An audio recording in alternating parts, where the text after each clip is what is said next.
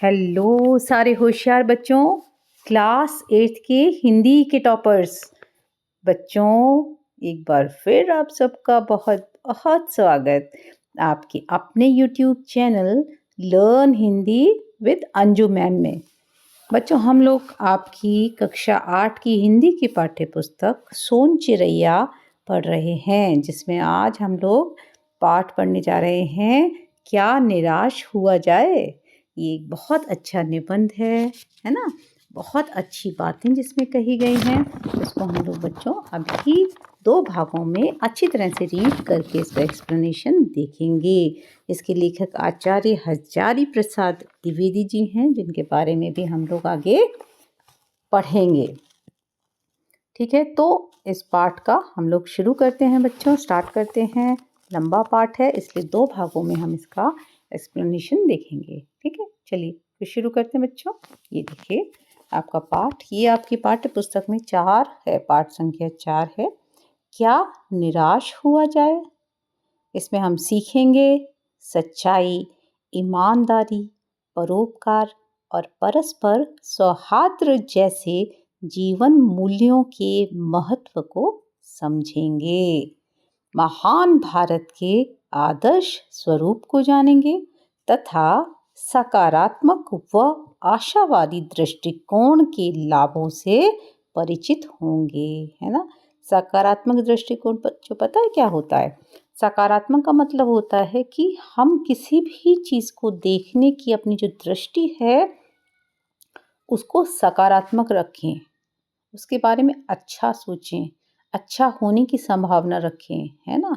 हर चीज़ में कोई ना कोई अच्छाई ढूंढें, कमियां और बुराई न ढूंढें, है ना। सकारात्मक का मतलब ये होता है। और आशावादी दृष्टिकोण भी इसी से संबंधित है कि हमेशा हमें कैसी भी परिस्थितियां हो, हमें आशा रखनी चाहिए कि अंततः प्रयास करने से सब अच्छा होगा। अच्छा, आगे देखें फिर। प्रविशेषण, कारक चिन्ह, कर्म कारक एवं संप्रदान कारक में अंतर का समुचित अध्ययन करेंगे तथा अभ्यास करेंगे, है ना। ये व्याकरण बोध में ये सारी चीज़ें पढ़ेंगे हम लोग बच्चे इस पाठ में। और दिए गए विषय पर अनुच्छेद लेखन का अभ्यास करेंगे। ये आपको पीछे दिया हुआ है, इस पर आप अनुच्छेद भी लिख सकते हैं, है ना, दिए गए विषय पर। मैंने आपको बताया था अनुच्छेद लिखने की, तो आपको रोज ही मतलब प्रैक्टिस करनी चाहिए। नहीं समय मिले तो संडे संडे में करिए, किसी एक टॉपिक पर लिखिए थोड़ा बहुत, है ना। लिखना चाहिए आपको, या कहीं घूमने जाएं, किसी शादी में जाएं, किसी कैसे भी कार्यक्रम में जाएं, यूं ही घूमने गए, रेलवे स्टेशन, जहाँ पर भी जाएं, ध्यान से ऑब्जर्व करें और उस पर एक अनुच्छेद, एक पैराग्राफ लिखें। तो धीरे धीरे क्या होगा, लिखने की आपकी हैबिट बहुत अच्छी बन जाएगी और आपको फटाफट से लिखना आ जाएगा। ठीक है, चलिए आगे देखते हैं, शुरू करते हैं बात को। वर्तमान समय में एक तरह से भूमिका दी हुई है ना पाठ की। वर्तमान समय में विघटनकारी सामाजिक परिस्थितियों को देखकर ऐसा लगता है कि ईमानदारी, सच्चाई, परोपकार और सद्भाव जैसे सद्गुण अब समाज में जीवित नहीं है, क्योंकि धोखेबाजी और बेईमानी से धन कमाकर लोग सुखी और संपन्न जीवन बिता रहे हैं। जनसाधारण में, संचार माध्यमों में, समाचार पत्र की सुर्खियों में भ्रष्टाचार के प्रति घोर आक्रोश प्रकट करना यह दिखाता है कि आज भी कहीं न कहीं अंतर मन में ये मानवीय मूल्य शेष है ना। लेखक ने इस निबंध में भी यह प्रमाणित किया है कि समाज में सच्चाई, ईमानदारी, परोपकार और आपसी सद्भाव आज भी विद्यमान है। आवश्यकता है इन गुणों को उजागर करने की, जिससे लोगों का इनके प्रति विश्वास बना रहे। बुराई कभी अच्छाई के सामने टिक नहीं सकती।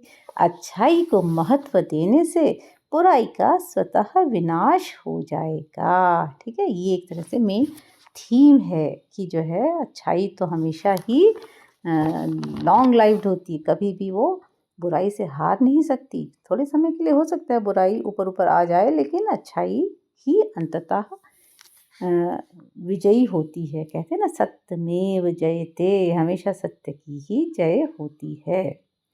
अब देखिए, आपके हर पाठ में एक कोटेशन होती है किसी अ, व्यक्ति की कही हुई, तो इनमें लोकमान्य बाल गंगाधर तिलक, ये स्वतंत्रता सेनानी थे।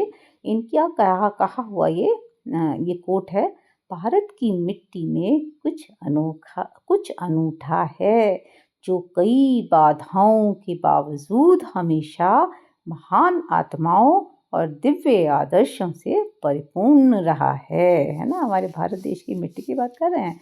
यहाँ पर हमेशा ही अच्छी आत्माएं हैं और अच्छे आदर्श हमेशा बने रहते हैं। चलिए अब ये निबंध हम शुरू करते हैं। इसमें लेखक बोल रहे हैं, अपनी बात कह रहे हैं। जब वो मेरा कह रहे हैं यानी कि लेखक का मन, मेरा मन कभी कभी बैठ जाता है। समाचार पत्रों में ठगी, डकैती, चोरी, तस्करी और भ्रष्टाचार के समाचार भरे रहते हैं। तो मेरा मन बैठ जाता है मतलब बहुत उदास हो जाता है, बहुत परेशान हो जाता है मेरा मन ये सब देखकर। बैठने का मतलब ये कह रहे हैं, वो चेयर लगा के नहीं बैठता मन है ना बच्चा। मन बैठने का मतलब है कि परेशान, दुखी हो जाना। जब कब दुखी हो जाता है? जब समाचार पत्रों में वो ठगी, डकैती, चोरी, है ना, तस्करी और भ्रष्टाचार के समाचार देखते हैं, है ना। तो इसमें आपको ठगी, डकैती, चोरी तो शायद पता। तस्करी क्या होता है? तस्करी जो होती है उसमें एक देश से दूसरे देश के बीच में अवैध रूप से माल मंगाया जाता है या भेजा जाता है। ऐसा जो व्यापार होता है, जैसे जिन चीज़ों पर सरकार के द्वारा प्रतिबंध लगा दिया जाता है कि ये चीज़ें नहीं जा सकती, सीमा के बाहर नहीं जा सकती या मंगाया नहीं जा सकता, फिर भी अगर उन्हें लाया जाता है तो उसे हम तस्करी कहते हैं। ठीक है। तस्करी और भ्रष्टाचार, भ्रष्टाचार पर तो हमने पिछला पाठ पढ़ा ही है बच्चों। भ्रष्टाचार के समाचार भरे रहते हैं। आरोप प्रत्यारोप का कुछ इस तरह कुछ ऐसा वातावरण बन गया है कि लगता है कि जैसे देश में कोई ईमानदार आदमी ही नहीं रह गया है। आरोप प्रत्यारोप मतलब बच्चों एक दूसरे पर इल्ज़ाम लगाना, है ना। इल्ज़ाम लगाते जाना, एक दूसरे पर बार बार आरोप लगाना, फिर उधर से वो कुछ आपके ऊपर लगाए, फिर आप उसके ऊपर लगाएं, इस तरीके से। तो एक दूसरे पर हम आरोप लगाते रहते हैं और ऐसा वातावरण बन गया है कि ऐसा लगता है कि जैसे देश में कोई ईमानदार आदमी नहीं रह गया है, क्योंकि सभी एक दूसरे पर इल्ज़ाम लगा रहे हैं, तू बेईमान, है ना। हर व्यक्ति संदेह की दृष्टि से देखा जा रहा है। जो जितने ही ऊंचे पद पर है उनमें उतने ही अधिक दोष दिखाए जाते हैं, है ना। जो जितने बड़े पद पर होता है उसमें और भी बताया जा रहा है, कमियां बताई जा रही हैं। एक बहुत बड़े आदमी ने मुझसे एक बार कहा था कि इस समय सुखी वही है जो कुछ नहीं करता। जो कुछ भी करेगा उसमें लोग दोष खोजने लगेंगे, उसके सारे गुण भुला दिए जाएंगे और दोषों को बढ़ा चढ़ा कर दिखाया जाने लगेगा, है ना। तो ये इन्होंने एक तरीके से मजाक के टोन में कहा है कि एक बार मुझसे एक बड़े आदमी ने यही कहा था कि भाई कुछ मत करो, ज़्यादा अच्छा है। कुछ नहीं करेंगे तो कोई कमी तो नहीं निकालेगा, जैसे ही कुछ करते हैं लोग दोष निकालने लगते हैं, अच्छी बातें तो भूल जाते हैं और जो कमियां हैं, दोष हैं, उसको बढ़ा चढ़ा कर बताते हैं। और जबकि भाई काम करोगे तो गलतियां तो होंगी ना बच्चों, है ना। जो काम ही नहीं करेगा उससे तो कोई गलती नहीं होगी। इसका मतलब ये थोड़ी है कि कुछ किया नहीं जाए, प्रयास तो लगातार करेंगे, गलतियां भी होनी ज़रूरी है क्योंकि उससे ही तो हम सीखते हैं। ठीक है, आगे देखते हैं। दोष किस में नहीं होते? यही कारण है कि हर आदमी दोषी अधिक दिख रहा है, गुणी कम या बिल्कुल ही नहीं। स्थिति अगर ऐसी है तो निश्चय ही चिंता का विषय है। क्या यही भारतवर्ष है जिसका सपना तिलक और गांधी ने देखा था? रविंद्रनाथ ठाकुर और मदन मोहन मालवीय का महान संस्कृति सभ्य भारतवर्ष अतीत के किस गहवर में डूब गया? तो वो परेशान होकर कह रहे हैं कि ये वही भारतवर्ष है। क्या यही है जिसका सपना देखा था तिलक ने, गांधी ने, जिन्होंने आज़ादी की लड़ाइयाँ लड़ी, इतने कष्ट भोगे, जेल गए? रविन्द्रनाथ ठाकुर और मदन मोहन मालवीय जैसे विद्वान, है ना, जिन्होंने हमारे महान संस्कृति की बात बताई, कहा कि हमारा भारतवर्ष कितना संस्कृति सभ्य था, है, वो सब चीज़ें किस गड्ढे में चली गई भाई? वो ये कह रहे हैं आर्य और द्रविड़, हिंदू और मुसलमान, यूरोपीय और भारतीय आदर्शों की मिलन भूमि मानव महासमुद्र क्या सूख ही गया? वो कह रहे हैं कि जो हमारा भारत है ये तो आदर्शों की मिलन भूमि रहा है। यहाँ आर्य भी आए, द्रविड़ आए, हिंदू आए, मुसलमान आए, यूरोपीय लोग आए, ये सब मिलकर ये एक आदर्शों की मिलन भूमि बना है। यहाँ पर इतने सारे मनुष्य मिलजुल कर रहते थे, ये मानव का महासमुद्र क्या सूख ही गया? मेरा मन कहता है ऐसा हो नहीं सकता। यह हमारे महान मनीषियों के सपनों का भारत है और रहेगा, है ना। मनीषियों मतलब विद्वानों, महान विचारकों, है ना, जिन्होंने देश की आज़ादी में अपना योगदान दिया, देश को आगे बढ़ाने में सपने देखे। ऐसे महान विद्वानों और महान मनीषियों का के सपनों का भारत है, तो ये ऐसा ही रहेगा। ये सही है कि इन दिनों कुछ ऐसा माहौल बना है, माहौल मतलब वातावरण, है ना, ऐसा बना है कि ईमानदारी से मेहनत करके जीविका चलाने वाले निरीह और भोले भाले श्रमजीवी पिस रहे हैं और झूठ तथा फरेब का रोजगार करने वाले फल फूल रहे हैं। वो कह रहे हैं कि जो लोग मेहनत करने वाले, मेहनत मजदूरी करने वाले श्रमजीवी कौन होते हैं? जो श्रम पर जीवित रहते हैं ना, मतलब मेहनत करते हैं, मजदूरी करते हैं, तो ऐसे लोग पिस रहे हैं। और झूठ जो से काम करते हैं, फरेब कर रहे हैं, बेईमानी धोखाधड़ी कर रहे हैं, ऐसे लोग बड़े अच्छे से रोजगार उनका फल फूल रहा है ना। कुछ ऐसा माहौल सा बन गया है, पता नहीं क्यों, और सब लोग ऐसा सोचने लगे हैं। ईमानदारी को मूर्खता का पर्याय समझा जाने लगा है। ऐसा लगता है कि ईमानदार आदमी तो मूर्ख है, वो बेईमानी से पैसे क्यों नहीं कमाता है, वो तो पागल है, ऐसा कहते हैं। सच्चाई केवल भीरू और बेबस लोगों के हिस्से पड़ी है। ऐसे लोग क्या कहते हैं फिर कि जो सच्चाई पर चल रहे हैं, ऐसे लोग तो डरपोक लोग हैं, बेबस लोग हैं, है ना, वही सच्चाई पर चलते हैं। ऐसी स्थिति में जीवन के महान मूल्यों के बारे में लोगों की आस्था ही हिलने लगी है। जब ऐसा माहौल हो जाएगा तो क्या होगा? मूल्यों के बारे में, वैल्यूज़ के बारे में, सच्चाई के बारे में लोगों की आस्था हिल जाती है ना। लोगों को लगता है कि लो हम तो इतने सच्चे हैं और हम पागल बन रहे हैं, बेवकूफ़ हैं क्या हम? जो लोग बेईमानी कर रहे हैं वो तो फल फूल रहे हैं। तो लोगों को फिर लगता है कि नहीं, वैल्यूज़ की तो कोई वैल्यू ही नहीं है एक तरह से। तो अगले पैराग्राफ में वो इसका जवाब भी दे रहे हैं। देखिए, परंतु ऊपर ऊपर जो कुछ दिखाई दे रहा है वह अभी हाल की मनुष्य निर्मित नीतियों की त्रुटियों की देन है। त्रुटियों मतलब बच्चों गलतियों की देन है ना। सदा मनुष्य बुद्धि नई परिस्थितियों का सामना करने के लिए नए सामाजिक विधि निषेधों को बनाती है।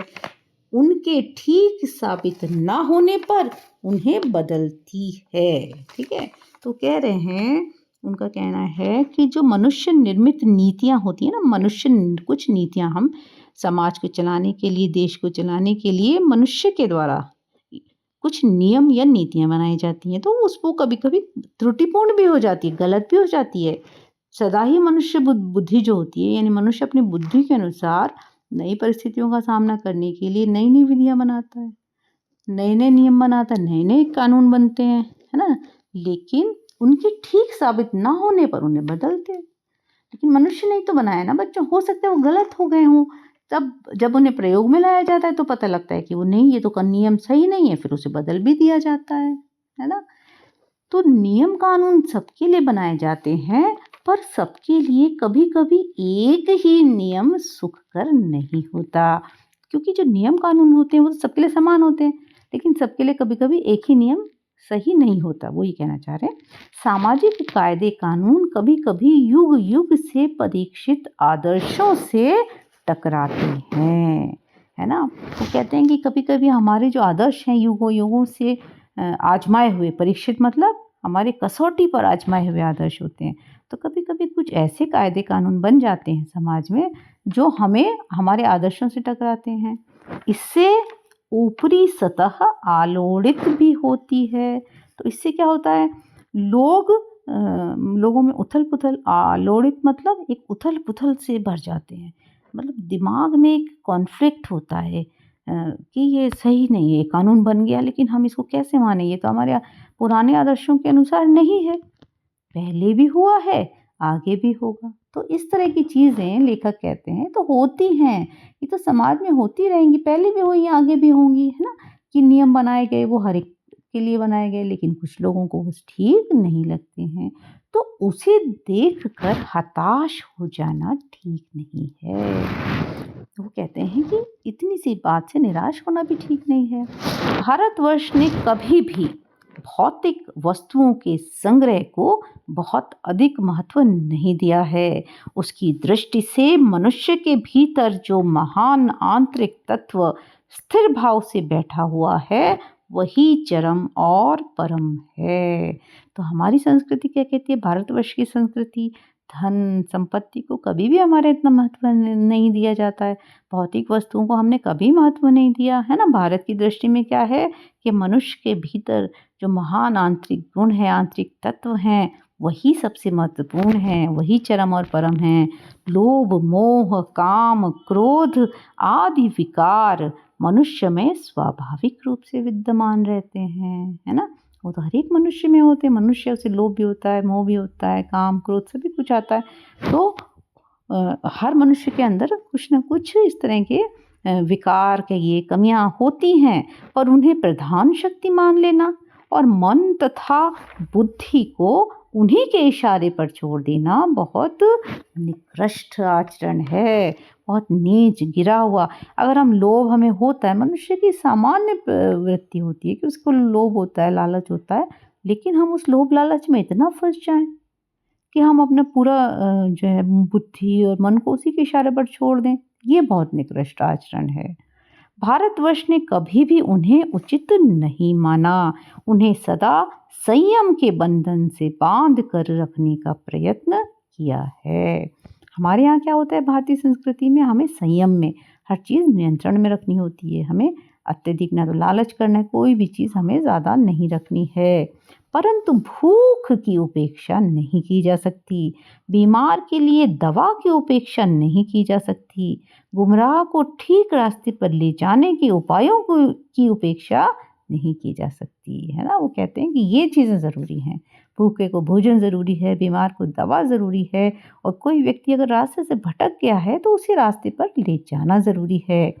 हुआ यह है कि इस देश के कोटि कोटि दरिद्र जनों की हीन अवस्था को दूर करने के लिए ऐसे अनेक कायदे कानून बनाए गए हैं जो कृषि, उद्योग, वाणिज्य, शिक्षा और स्वास्थ्य की स्थिति को अत्यधिक उन्नत और सुचारू बनाने के लक्ष्य से प्रेरित हैं।